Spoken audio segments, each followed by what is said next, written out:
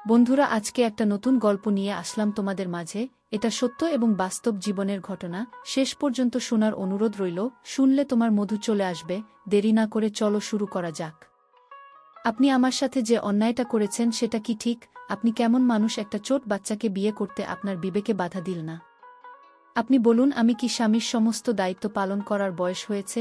তখন আমার স্বামী বলল, আমাকে তোমার জ্ঞান দিতে হবে না।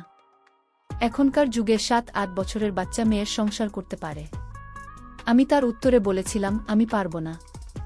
আমার বয়স 17 বা 18 না হওয়া পর্যন্ত আপনি আমার কাছে আসবেন না।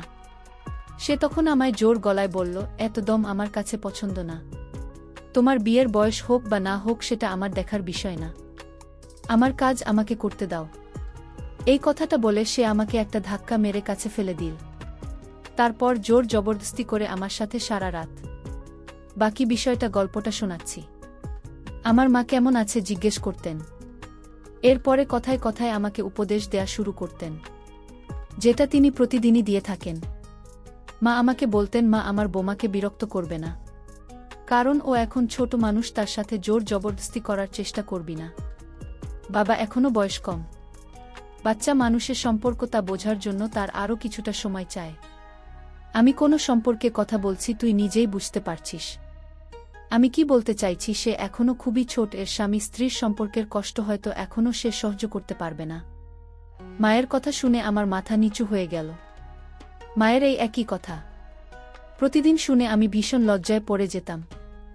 আমি একজন যুব পুরুষ, সব কিছু বোঝার মতো আমারও বয়স হয়েছে, কিন্তু জানি না আমার মা কেন আমাকে বিশ্বাস করতে পারে না।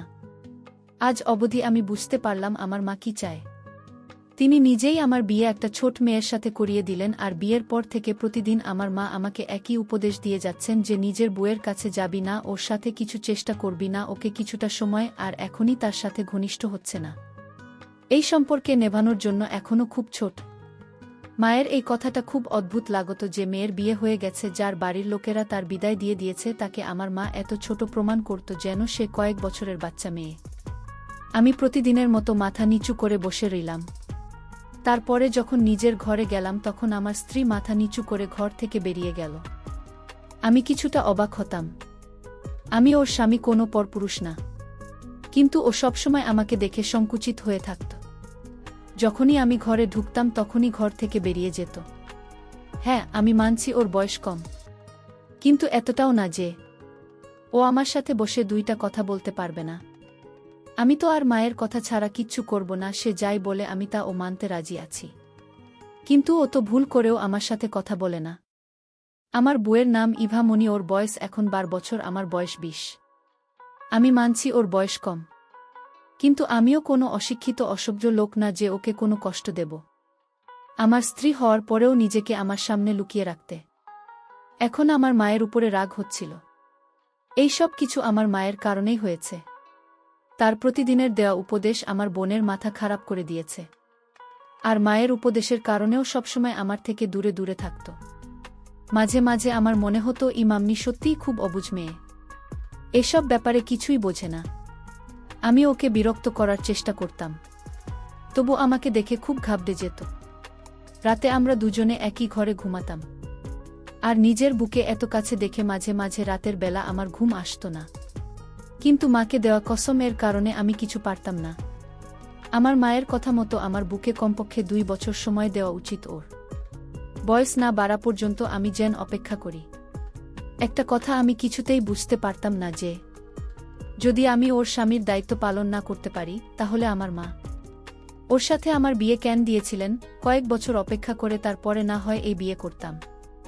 আমার মনে আছে বাসরাতে আমার মা আমাকে নিজের কাছে ডেকে বলেছিলেন, একে সামলে রাখিস, এখনও তবু খুব ছোট থেকেই কিছুটা সময় দিন, যাতে মন থেকে তৈরি হতে পারে। সেই সময় আমি অবাক চোখে মায়ের দিকে তাকিয়ে রইলাম, কারণ আমার বিয়ে আমার মায়ের ইচ্ছাতেই হয়েছিল।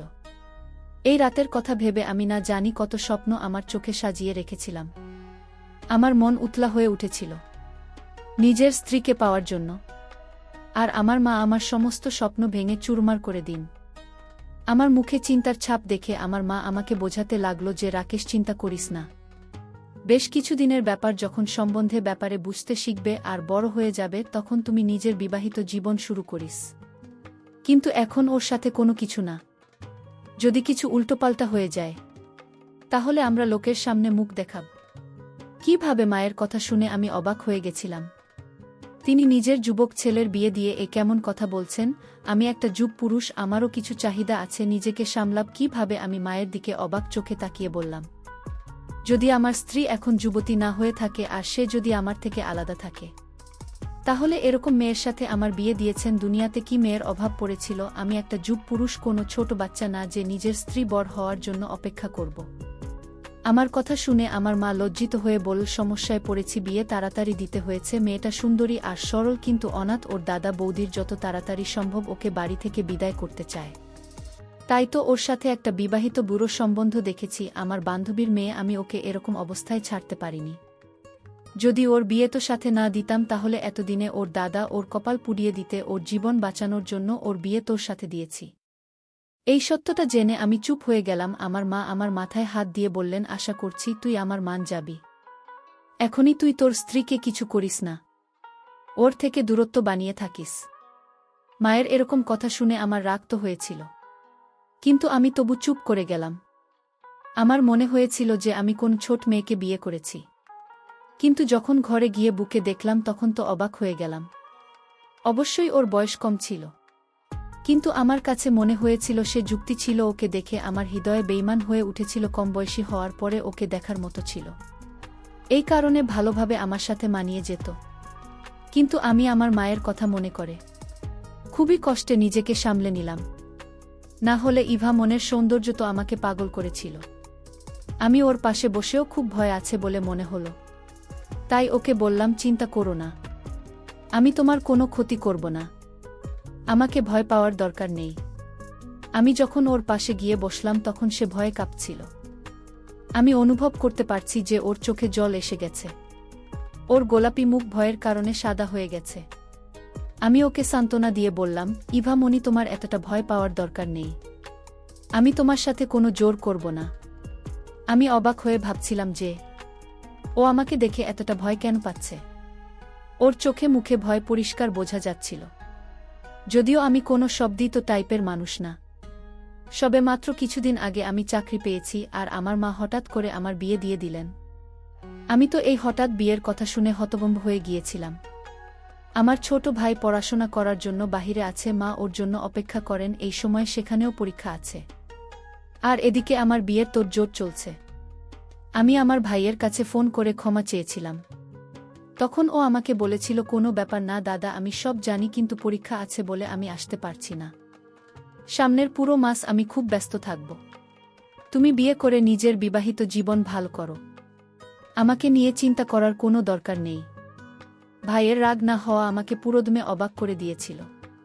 আমরা দুই ভাই একে অপরের খুব কাছাকাছি ছিলাম না, কিন্তু আমি আমার ভাই এবং বোনকে খুব ভালোবাসতাম। নিজের বিয়ের সময় ভাইয়ের অনুপস্থিতি আমি অনুভব করতে পারছিলাম, কিন্তু আমার ভাইয়ের তো কোনো ব্যাপারই ছিল না। বিয়ে সুন্দরভাবে হয়ে গেলে আমার কোনো সমস্যা হয়নি, কিন্তু এখন মায়ের ব্যবহার আর বউ আমার থেকে পালিয়ে বেড়ানো। মায়ের সবসময় আমাকে উপদেশ দেওয়া যে নিজের বুকে কোনোমতে কষ্ট দিবি না। কিছুই বুঝতে পারছি না। আমার মা সবসময় বলতো, ইবা মনে এখনো ছোট বাচ্চা, কিছুই বোঝে না, এটা সেটা, কিন্তু এটাও সত্যি যে আমার স্ত্রী কোনো ছোট বাচ্চা না, পুরো যুবতী মেয়ে। ওর সেজেগুজে রেডি হয়ে নিজের বান্ধবীদের সাথে দেখা করতে যেত, তাদের সাথে হেসে হেসে কথা বলতো। শুধু আমার সাথে কথা বলতো না, ব্যাস আমি ওকে মন ভরে দেখতাম। কিন্তু আমার মাথায় সব সময় আমার মায়ের উপদেশ ঘুরতে থাকত। কিছুদিনের মধ্যেই আমার মেজাজ খিটখিটে হতে লাগল। সাধারণ ব্যাপার নিয়ে আমি রাগান্বিত হতাম। আমি একটা যুবক ছেলে, আমার আবেগ আমাকে শান্তিতে থাকতে দিত না। আমার বউ আমার বিছানাতে এক সাইডে শুয়ে থাকত। রাতের পর রাত আমার ঘুম আসত না। মন চাইতো সব কিছু ভুলে আমি বা মনিকে, কিন্তু মায়ের কথা ফেলতে পারছিলাম না। যদি তিনি জানতে পারেন তাহলে আমার সম্মান তার চোখে শেষ হয়ে যাবে, এই ভেবে আমি নিজেকে সামলে করে নিতাম। এটা এমন একটা বিষয় যাতে নিজের বউয়ের থেকে দূরত্ব বানিয়ে থাকতে হচ্ছে। এখন আমার অফিসের কাজে মন বসছে না। আমি মনে প্রাণে চাই তা যখন আমি ক্লান্ত হয়ে বাড়ি ফিরব তখন আমার স্ত্রী এসে আমার যত্ন করবে। রাতে যখন ক্লান্ত হয়ে ঘুমাব তখন সমস্ত ক্লান্তি ভুলে ওর সাথে শান্তিতে। আমার মন চাইতো যখন সেজেগুজে রেডি হয় তখন আমি ওর প্রশংসা করি, ওর জন্য বিভিন্ন গিফট নিয়ে আসি। কিন্তু আমাদের মধ্যে এরকম কোনো সম্বন্ধই নেই। যদি আমি ভুল করি ওর জন্য কোনো গিফট নিয়ে আসতাম বা কখনো প্রশংসা করে দিতাম, তখন এমন ঘাবড়ে যেত যে আমি কোনো অপরাধ করে ফেলেছি। ওর সুন্দর মুখের উপরে ভয়ের ছাপ স্পষ্ট ফুটে উঠত, আরও তাড়াতাড়ি করে দৌড়ে আমার কাছ থেকে পালিয়ে যেত। এই সব কিছুই খারাপ লাগত। তাই আমি বা মনিকে অবস্থাতেই ছেড়ে দিলাম। কিন্তু চাইলেও আমি ওকে দেখা করতে পারছিলাম না। আমরা একই ঘরে থাকতাম, একই বিছানায় ঘুমাতাম। আমি তো তবু ওর স্বামীও যখন সেজেগুজে থাকত তখন আমার চোখের দিক থেকে সরতই না। আমার এই ভাবে তাকানো আমার মা বুঝতে পেরে যেত, আর আমাকে পেয়ে বলতো, তখন এটা কি রকম ব্যবহার? আমি দেখছি তুই বা মনের দিকে একটু বেশিই নজর দিতে শুরু করেছিস। তুই কি আমার কথা ভুলে গেছিস? মায়ের কথা শুনে আমি লজ্জায় পড়ে যেতাম। মাকে খুব ভালোবাসতাম, তাই মায়ের কথা অমান্য করে কিছু করতে পারছিলাম না। তাই আমি মাকে বললাম, যদি তুমি আমাকেই বা মনির থেকে আলাদা রাখতে চাও, তাহলে আমার বিয়ে কেন ওর সাথে দিলে? আর যদি আলাদা রাখতে হবে ওকে তোমার ঘরে, শোনাও আমার ঘরে পাঠিয়ে না। আমার নিজের উপর সামলাতে খুব অসুবিধা হয়। আমার মা ও অদ্ভুত, আমি ওকে দেখতে পারবো না, আমি কিছু করতে পারবো না। যখন আমি অফিস থেকে ক্লান্ত হয়ে বাড়ি ফিরতাম, তখনও রান্নাঘরে কাজে ব্যস্ত থাকত, আর খাবার খেয়ে ঘরে এসে ওকে এক পলক দেখার জন্য আমি ঘন্টার পর ঘন্টা অপেক্ষা করতে থাকতাম, কিন্তু ঘরে আসতো না। ক্লান্ত শরীরে অপেক্ষা করতে করতে যখন আমি ঘুমিয়ে পড়তাম, তখনও চুপচাপ এসেই বিছানার এক কোণে শুয়ে পড়ত। এরকম ভাবে কাজ ছিল একবার। আমি নিজের উপর কন্ট্রোল করতে না পেরে তার পাশে গিয়ে যখন বসলাম, আর তাকে যখন বললাম, তোমার হাতটা বের করো, আমি আজ তোমায় একটা গিফট দেব, সে যখন না করছিল, আমি তাকে বললাম, হাতটা বের করে বলছি, আর এতেও চিৎকার চেঁচামেচি করতে শুরু করে দিল। চিৎকারের আওয়াজ শুনে আমার মা ও ঘরের মধ্যে এসে বলল, আমাকে হাজারটা কথা শুনিয়ে দিন বলতে লাগল, তোর লজ্জা করে না? আমি তোকে কতবার বুঝিয়েছি যে ও এখনো ছোট্ট বাচ্চা, ওকে কিছুটা সময়, কিন্তু নিজের উপর একটু কন্ট্রোল নেই। এবার আমারও রাগ এসে গেল। আমি বললাম, না, তুমি আমাকে আরিভা মনিকে বিয়ে দিয়েছিলে কেন? নিজের স্ত্রীকে পাওয়ার প্রাকৃতিক ব্যাপার যেটা আমার ভিতরে জেগে উঠেছিল। আমি কোনো অন্যায় কাজ করিনি। আমার মা এটা জানত না যে স্বামী স্ত্রীর মধ্যে এভাবে নাক গলানো উচিত না। এই ব্যাপারটা আমাকে রাগিয়ে দিয়েছিল। আমি রাগান্বিত হয়ে আমি সিদ্ধান্ত নিলাম, আজ রাতে আমার কিছু করতে হবে। সে না চাইলেও আমি আজ আমার পাওনা আদায় করে নেব। তারপর রাতে যখন তার রুমে গেলাম, সে আমায় বলল, আপনার মা নিষেধ করা সত্ত্বেও আপনি আমার ঘরে আসেন কেন? আমি বললাম, সেই জবাব কি তোকে দিতে হবে? এই কথা বলে আমি তাকে বিছানায় ধাক্কা মেরে ফেলে দিলাম।